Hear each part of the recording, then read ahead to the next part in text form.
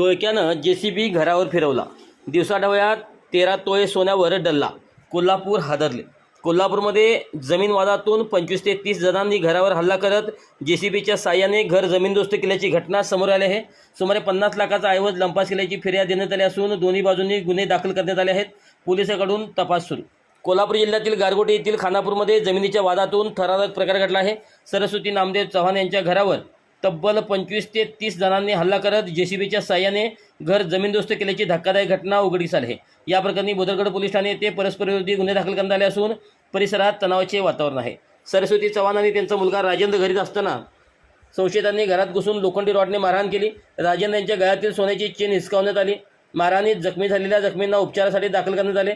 त्यानंतर दुपारी खानापूर येथील गट क्रमांक 332 मधील राहते घर पृथ्वीराज घाडगे, संजय देसाई यांच्यासह 25 ते 30 जणांनी दहशत निर्माण करत JCBच्या साहाय्याने उद्ध्वस्त केले.